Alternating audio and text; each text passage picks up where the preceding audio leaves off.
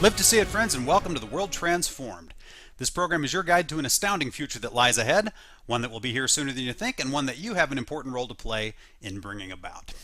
The World Transformed, we want to introduce you to what may be the biggest transformation of them all. The one that begins with considering and acting on the almost limitless possibilities that lie ahead, and that ends somewhere beyond the reach of the human imagination. So, when does this amazing future begin? Well, today is the day. My name is Phil Bowermaster, and with me in the virtual studio is my co-blogger, co-futurist, and co-host, Stephen Gordon. Hello, Stephen. Hey, Phil. How are you? Well, I'm super fantastic. How are you, my friend? Man, doing great. Doing great. Got to Wednesday, so we're working through another week, and I tell you, I've been saying that we do philosophical topics on Wednesdays. Well, tonight we're doing something a little bit not that philosophical. It's almost a grab bag show. You know how we like to do a show which is just a lot of unrelated future topics, but I took several of these great, interesting developments that are occurring technologically, and I said, hey, let's put all these together and let's create a day in the life in the future.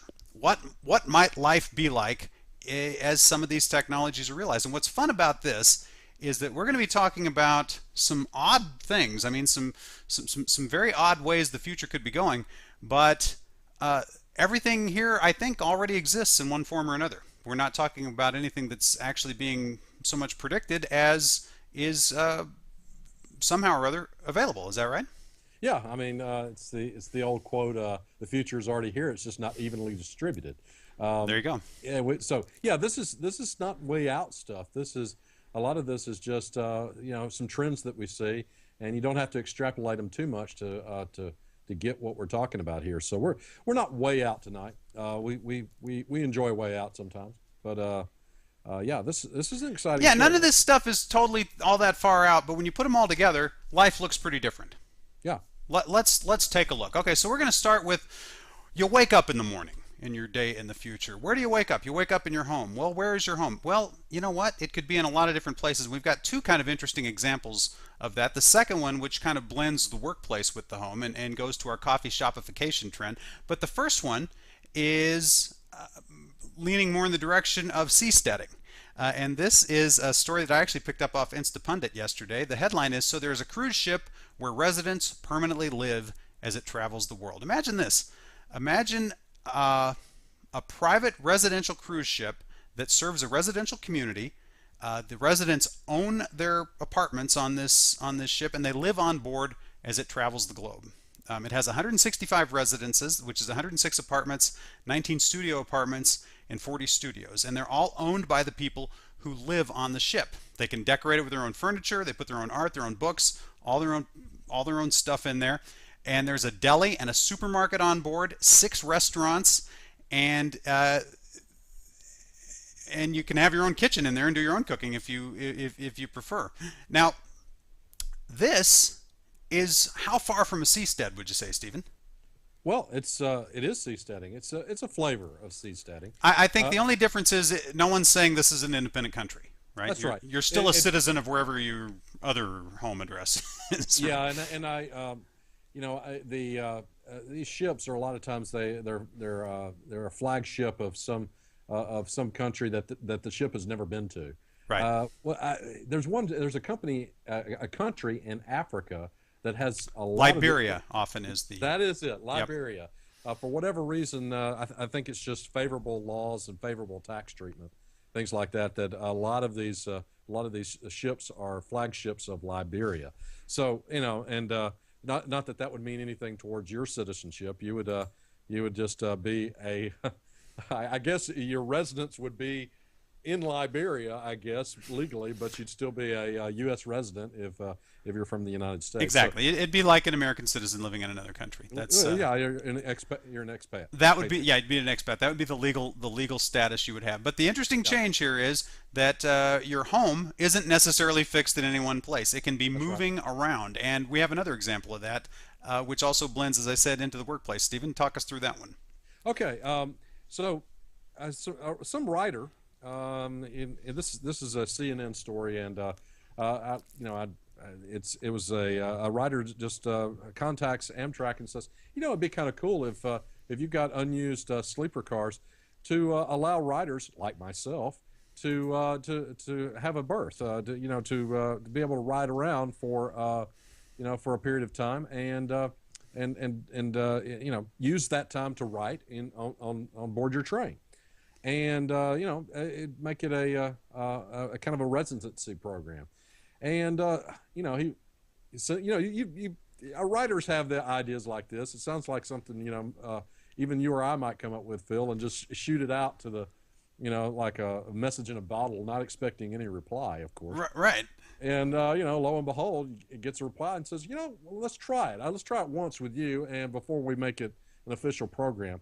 And so they did, and they like it, and so they offer this. This is the internet, at least with among writers, is burning up with approval. It's hard for Amtrak to generate this kind of excitement. Right. And they are, and they don't have the writers don't have to write about Amtrak. They don't have to turn in their work to Amtrak to show what they're doing. It's just we know in advance that based on past trends that we're going to have a few empty places, and so we can take one extra rider on this train, and whatever, and they can stay on it for a week. That maybe take the run between New Orleans and Chicago. That's a good run, and just write. And there's one writer in the article says, yeah, I'm going to take that New Orleans to Chicago run, and I'm going to write about the food along the way, and visit the restaurants along the way. So that's just neat. I think that's a neat idea, and it's a little bit like in a way it's a little bit like the cruise ship example, Phil, because to the extent that you have a job that is digitized, you can be anywhere you want to be, and you can do your job equally effective regardless of where you are. Phil, I don't know about you, but I could do my job on that cruise ship by and large, except for as long as there's an internet connection. As long as I can Skype and email, I can work just about anywhere. That's right. Now I can't. My job requires face-to-face with clients, but quite frankly, 90% of my job I could do from the cruise ship or from the train, and that's just neat. That's neat that's opening up, in that opportunities like that are opening up. It's kind of a neat thing to see. Absolutely. Well, and it's interesting here that you see it's not only, as you point out, it's not only the residence that's mobile, it's the workplace that's mobile, and it's the idea of your workplace can be anywhere. This is the coffee shopification of employment, and the coffee shopification of Amtrak, as I think you pointed out in the note that you sent to me. Amtrak realizing that their space has utility over and above being a place to sit in as you're moving from point A to point B. It's still serving that purpose, but now it's acting as something else too. It's kind of a place to be, it's kind of a place to live, and it's a place from which to work. And that's an interesting new paradigm for them. It'll be interesting to see if they start taking that a little bit further. And and what's kind of neat about this, Phil, is that with this residency program, they're not charging these riders, at all. They're right. Just here it is. Come, and it's almost like they're realizing this space. The goodwill that we get from doing this is worth it. And they're in some ways it's almost a post-monetary kind of thing. We're after the goodwill here. And yeah. Well, it seems very unlikely that anyone who takes one of those berths is going to write anything bad about Amtrak. Not only while they're there, but anytime after that, right? It's a great piece of marketing for them, it seems to me. Yeah, wish them well with that program. All right, well, here we go. Let's keep moving through our day, because we're just getting started. We've just gotten up and we were at the office, or maybe you're in a more conventional setting and you still have to commute to work every day. Well, what will that be like in the future? This is interesting. Audi has new technology. They say they can turn every traffic light in front of you green. Well, that Stephen, I believe you pointed out that headline is a bit of an exaggeration, but not too much. They've come up with a traffic light networking system that tells you exactly how much speed you need so that you get that endless wave of green lights. And I don't know, Stephen, if this is a familiar concept to you, but driving around Denver, this is a hugely important idea. There are ways to get from my home to downtown Denver, because I live down here in the suburbs, where depending on the time of day, I can go up just a regular street, a major artery. As long as I hit the first light green, boom, I'm there, because I'll hit them all green after that.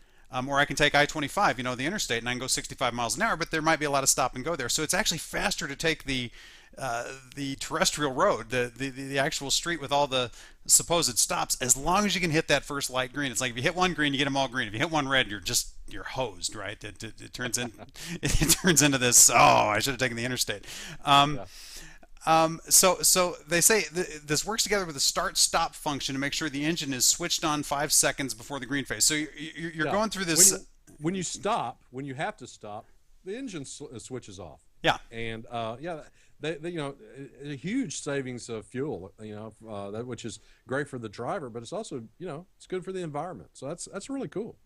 Yeah. absolutely. Well, Yeah. and I wonder if once we have self-driving cars, we've talked about this before. If the whole concept of traffic lights will completely change anyway.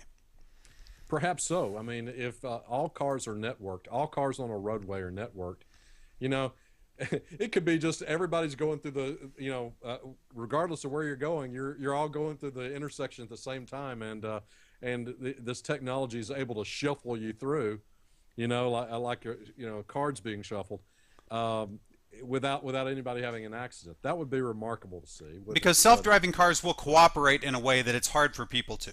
That's right. That's For right. one thing, because we don't have the capacity, to do it, to know what everybody else is doing, and secondly, because it's just prisoner's dilemma, right? I mean, it's a problem in game theory where we're going to try to act to our own advantage over and above anyone else's advantage, and that's going to cause problems. Yeah, but we might see a situation ultimately where traffic lights don't exist. Everything's just a roundabout, or maybe not even a roundabout. Maybe it's just a straight up intersection, but because they're all self-driving cars, they avoid each other, and Yeah, they're talking to each other, and like a second in the mind of a computer is is an age, and so it's able to say, okay, no, you go first, and all this is happening at 60 miles an hour, and just and shuffle through there safely.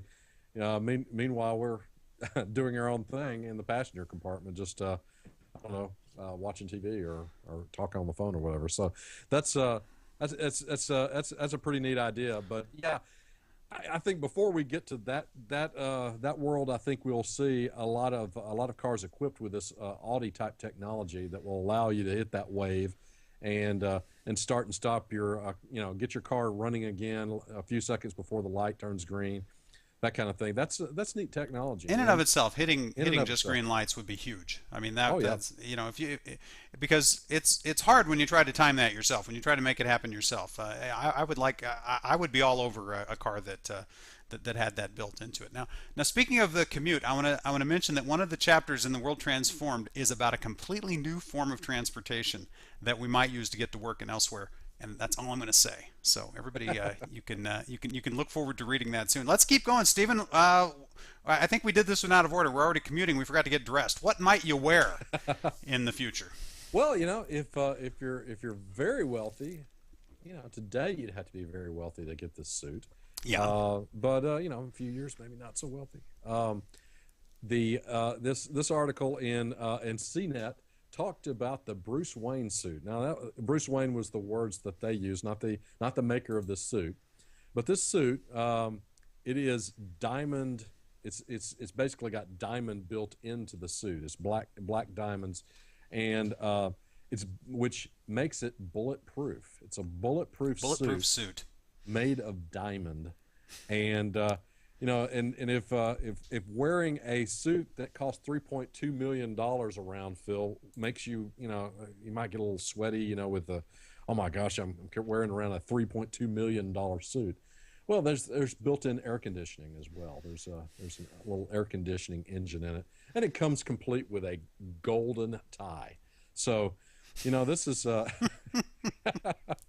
now would we ever foresee a future where like a a middle class person would wear something like this? Well, potentially, this wouldn't have to be just the suit of billionaires.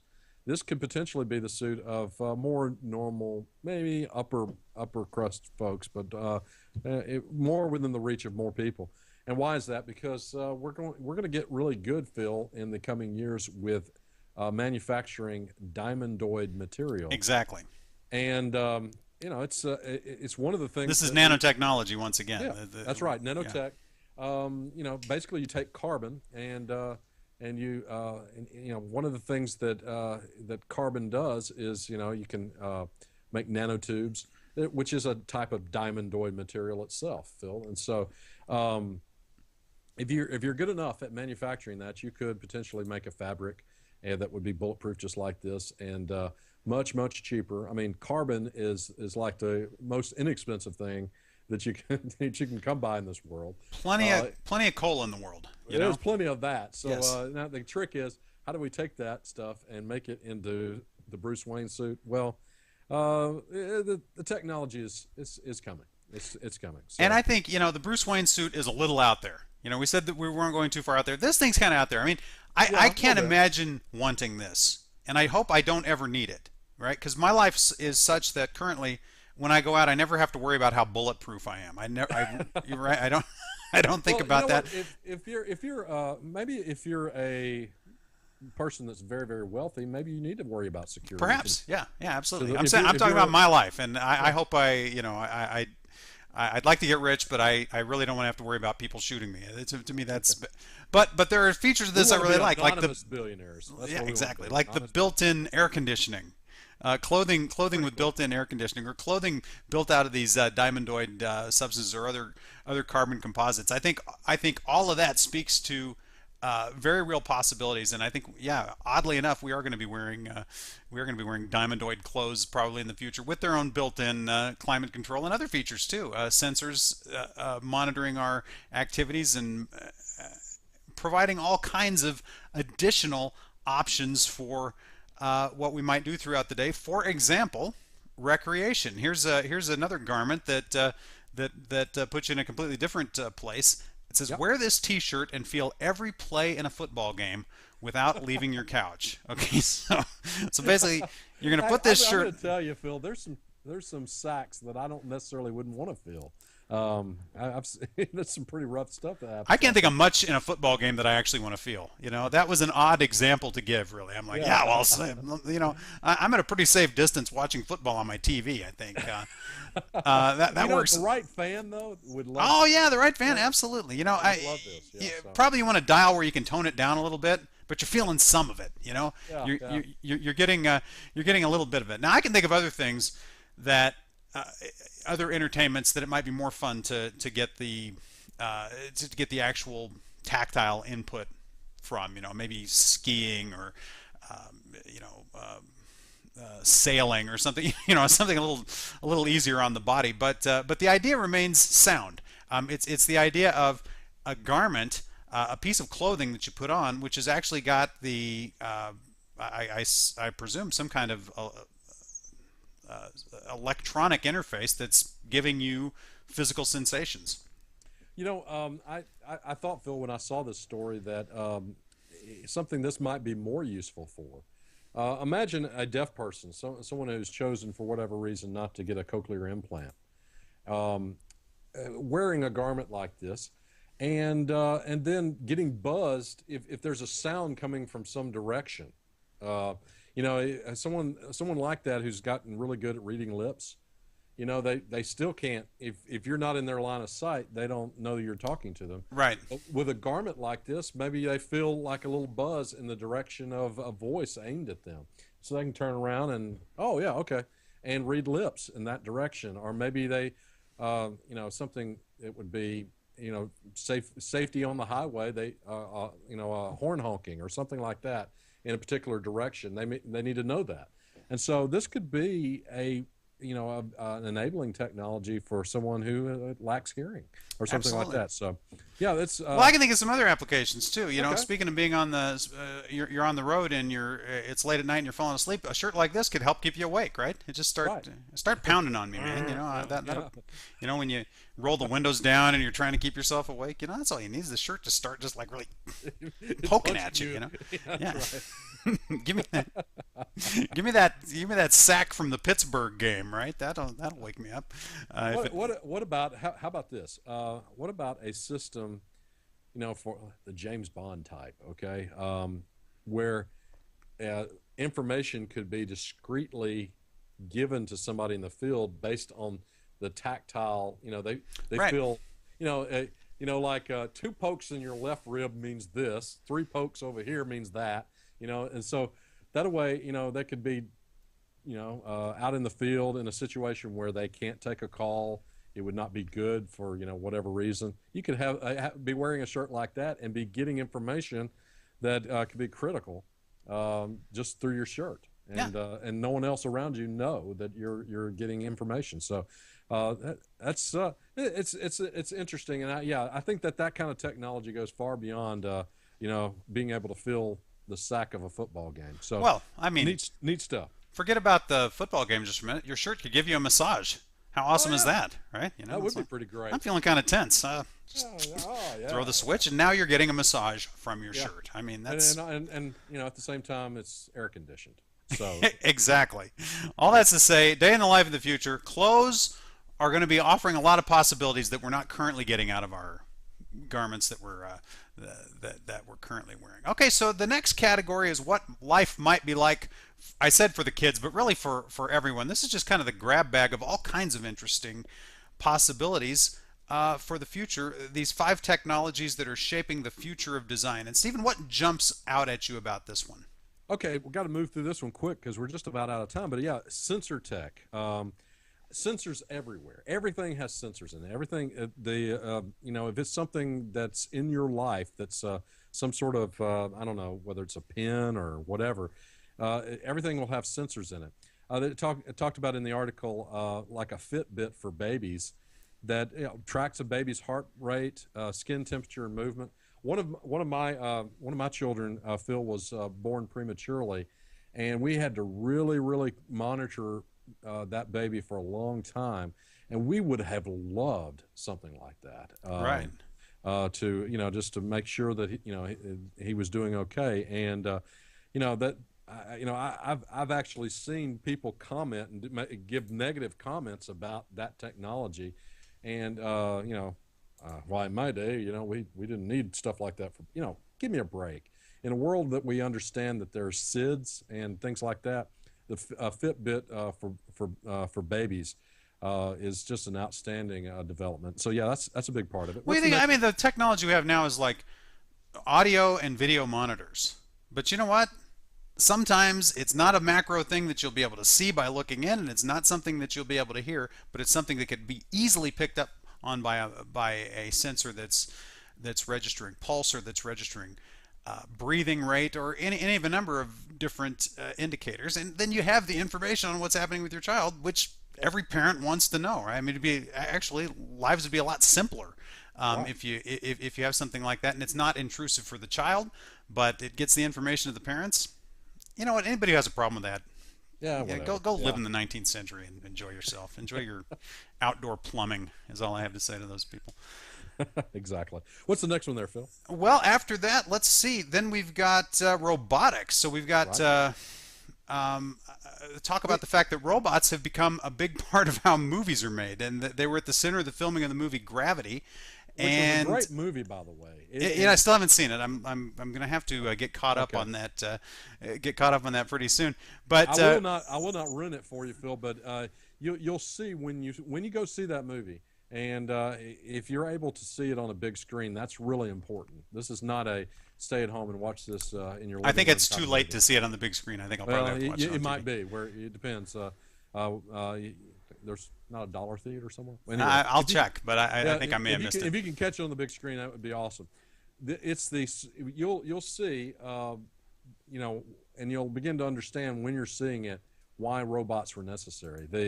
You just simply could not a cameraman simply could not do what was required to get the shots they needed for that movie, and so that's just and this particular article shows that camera robot, and that's just a neat thing. So And it goes back to the recreation we were talking about earlier. How are we going to how are we going to amuse ourselves in this day in the life in the future? Well, technology is going to play a larger and larger part of it. Even if you're not wearing a shirt that recreates a football game, there's a really good chance that a robot or a computer is going to have a lot to do with how we enjoy ourselves, how we pass our time. Even if you go see a movie and you don't think that you're particularly engaging in technology, you're big time engaging in this kind of technology. Okay, what's the next one, Stephen? The next and last one that's mentioned in this article is 3D printing. And big thing, we're beginning to see 3D printers being sold in normal stores. I saw a tweet, it must have been a month or so back. It was right just after Christmas. Someone tweeting from, I think it was a Staples somewhere, and it was a MakerBot that was for sale. You know, just like, here, printer, and 3D printer, here at the end of the aisle. And the guy that was, oh man, we've been hearing about 3D printers for years, but it's always been sort of in the realm of, hobbyists and sort of out of the realm of normal people. Now it's beginning to be sold, and it's going to be a bigger and bigger thing. And as I mentioned on Monday night's program, it's going to be the sort of thing that enables us not just to be more creative ourselves right here at home, but it's enabling technology for space travel, in places where it's not easy to get. You're outside of the normal marketing channels. Maybe you're at one of the poles, or maybe you're in a submarine, or right. Or you're someplace that you can manufacture the tools you need, the parts you need, and be good to go. So 3D printing is going to be a big part of the future too. The basic, if we're going to sum it all up, the day in the life in the future, your life is going to be less fixed in place, less dependent on routine, less dependent on someone else telling you what to do or giving you instructions or providing materials for you, because increasingly all of that is coming into your hands in the future. And a day in the life in the future is going to be a great day. It's going to be a day spent doing the kinds of things I hope that you enjoy doing, with you more in the driver's seat than maybe you're able to be now, and that's very much a good thing. Stephen, what's our music? Music tonight is Peace Quiet by Song of the Siren. Song of the Siren with Peace Quiet. Well, thank you, Stephen, for putting that together. Thank you all for being with us. We will be back again on Friday with an all-new show. We look forward to talking with you all then, and until next time, live to see it.